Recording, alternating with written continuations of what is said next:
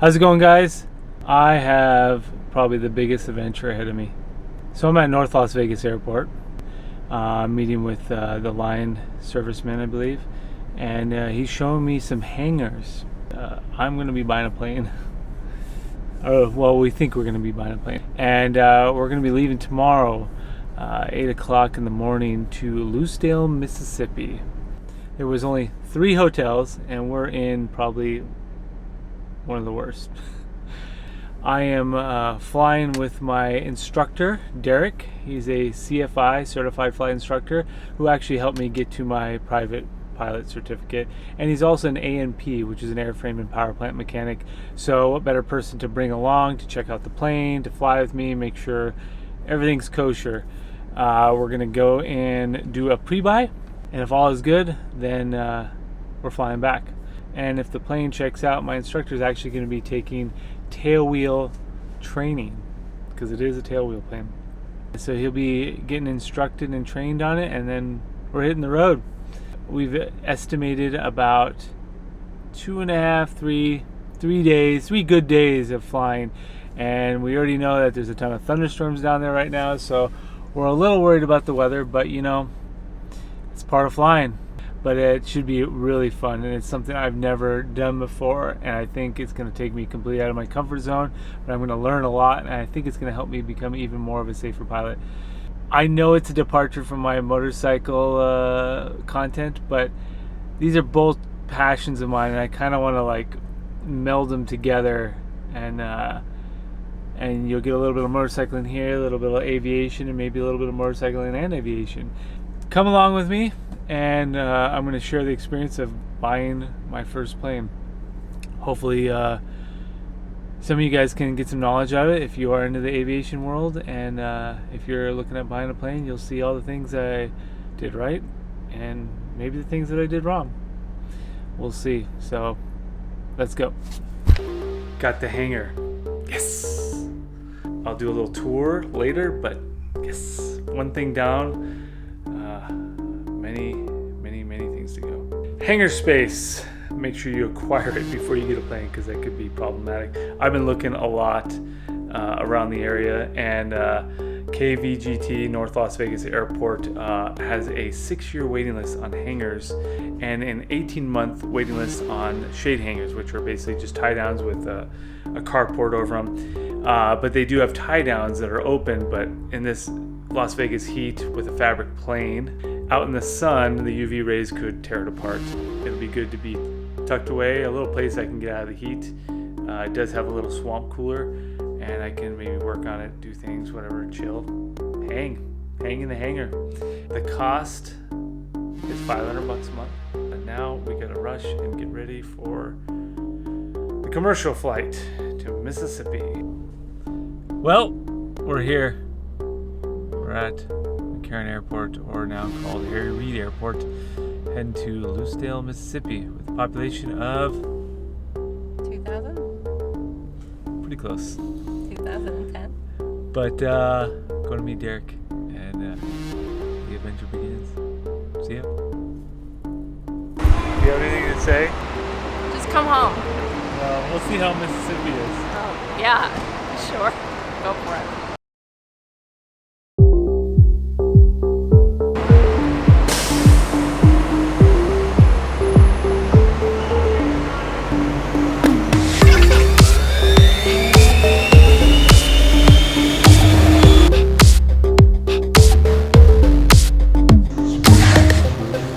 So this is just a little morning wake up. It's a Coors Light and orange juice. I call it the Bramosa.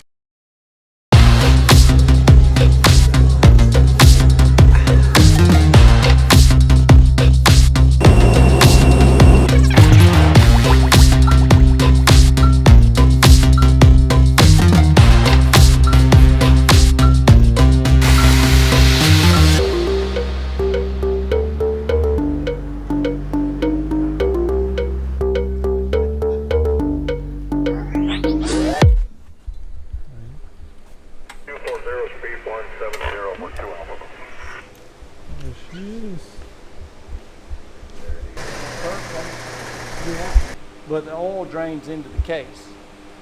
All right, if you crank it with the oil in the case, it pukes it Okay. for some reason. You But- gotta burp 'em. You burp it, and they compress it. Yeah. You hear that burping?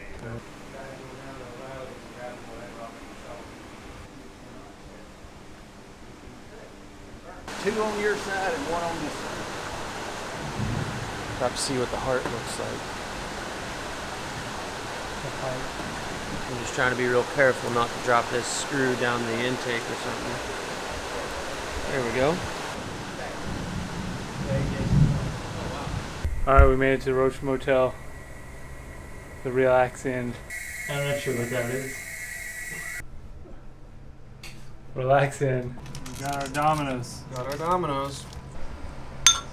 Tomorrow we're gonna head over to the plane and do the pre-buy inspection and probably do a test flight or two.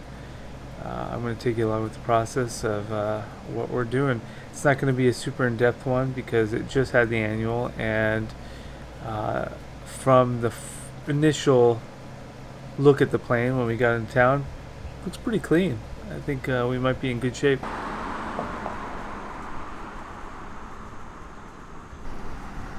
I can't even use the camera because the lens is just fogging up right now.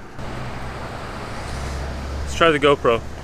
You can't see the other end right here, but it's at those trees.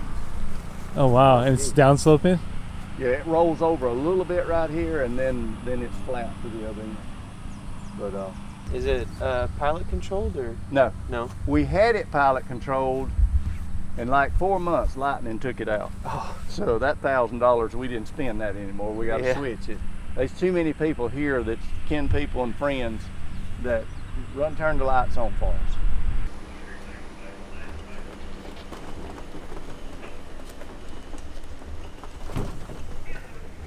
And this one, there's handles on both sides. I like that. That's really handy. Handy handles.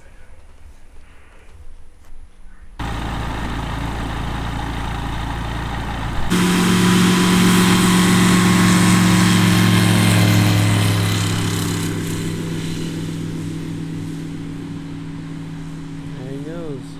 First test flight.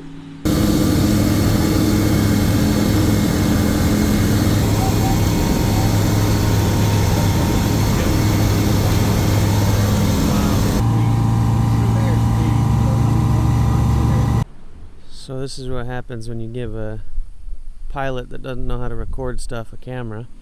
He gave me a crash course, which was just push the button and point, but what I don't know how to do is zoom. So there's a lovely picture of some clouds. It is where, Michael, you're at in the sky, but you didn't teach me how to zoom. So and then we got the runway, the grass runway, nice little pond down there where he shoots some beavers. And a good shot of the hangar there, or well, a shot of the hangar. I wouldn't say good. I think this dude's got it made.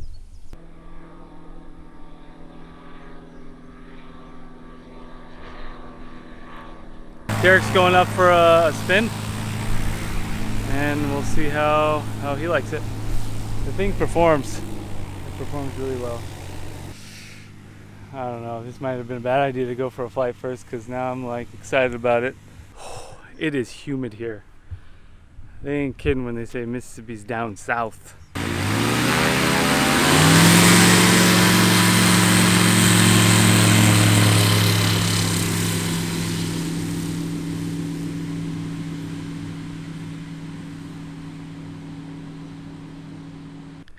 Oh, there goes Derek into the storm. It's getting stormy over here. I don't know if you can tell. That's where they're flying into. But we're in class Golf airspace, which is 1 mile clear of the clouds. As long as we stay below 1,200 feet AGL.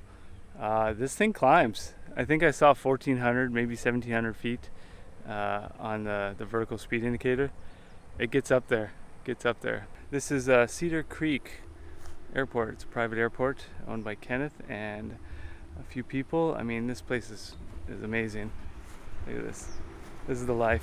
It's got a little pond here which is, I mean, pond, runway, hangar, planes. I mean, only thing that's missing is a motorcycle, and I'm sure he's got one of those lying around.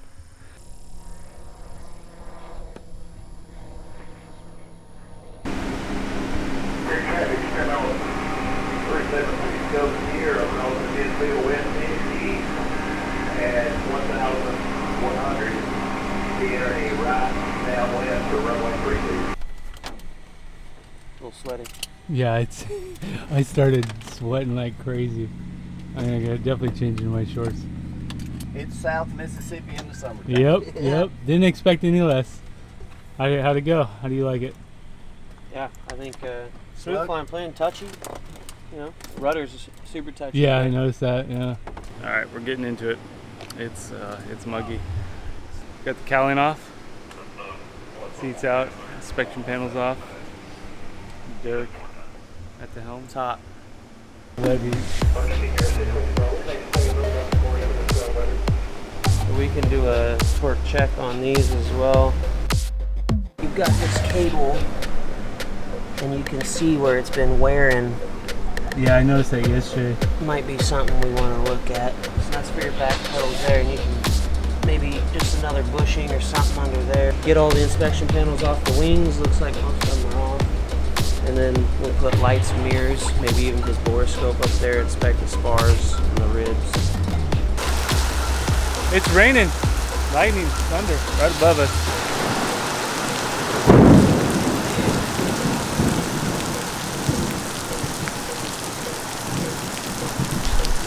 Anyways, gotta get back at it.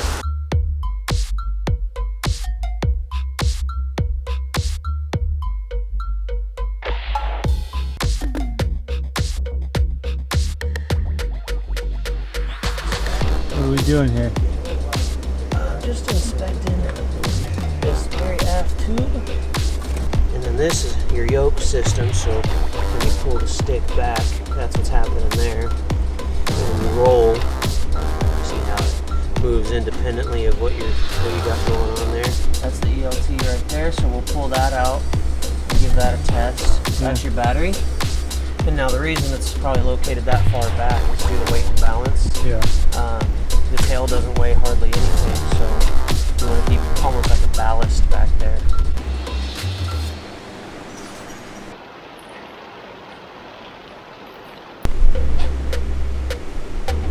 I want to look out for things like that. This plane was on floats before, and that was where the cables, I believe, for either the gear or the rudder on the floats into, and there's one on the bottom on each side of the tail that some tape, and it might be okay.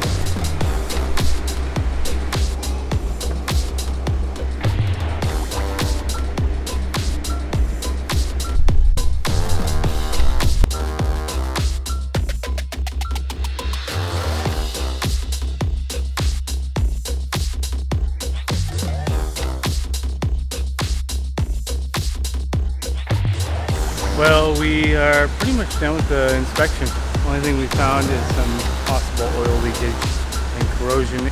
So we're gonna discuss that with them and maybe talk to the mechanic that worked on it. And maybe it's just an issue of torque bolts that aren't tight anymore. It might not be a big issue, but the corrosion could be because you can see this down here. This is the frame that holds the engine on. If there's corrosion and I need to replace that, if it cracks, all this has to come off. And then I have to replace it. You can see there's points right here that it connects to. So it can be quite costly, or at least time consuming. Other than that, everything checks out pretty good. This plane is pretty clean, especially for being a seaplane. It's still raining, as you can hear, still lightning and thunder, and still humid.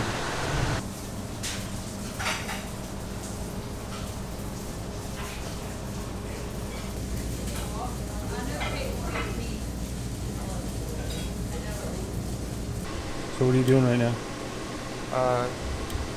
Figuring out just how scared I'm going to be. Seat adjustment. Got a nice bend in my legs here.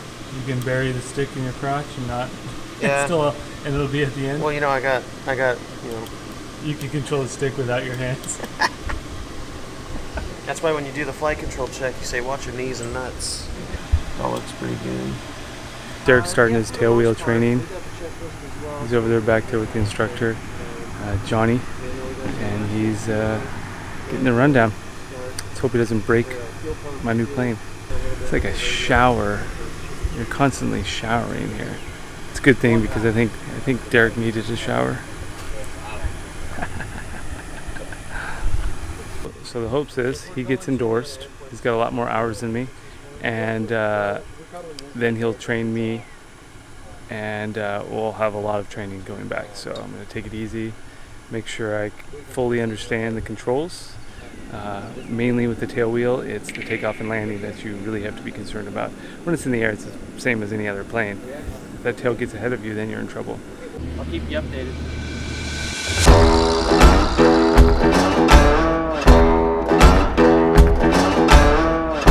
Just getting behind the prop wash to get some air so that it's a little cooler. If all goes well, we're going to check the oil when it gets back, see if that oil's still leaking, and if it's not leaking, then I think we're good to go.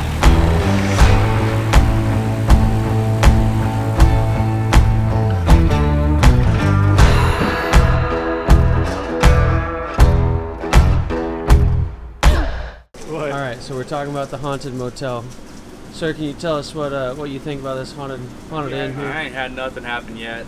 Yet? I don't know. I ain't been here too long. Well, you got to get real quiet, see? You have the electronics, if you like turn the lights off in the room and then turn your phone on, and if it flickers or makes like a noise.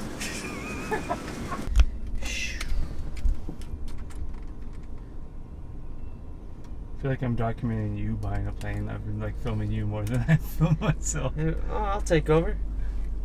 It's hot. It's moist. Here we go. Here we go. I think I bought a plane. And I am putting a lot of trust in that man over there to fly us home. Be alright. There's a couple shits missing, but it should fly fine for a little bit. We checked out of the Relax Inn, and we're out of this sweaty butthole to another sweaty butthole. We're hitting New Orleans. Here we come.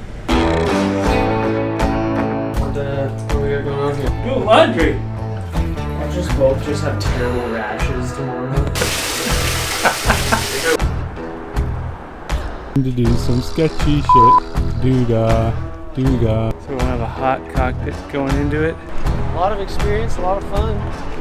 Only a few little aggravating moments.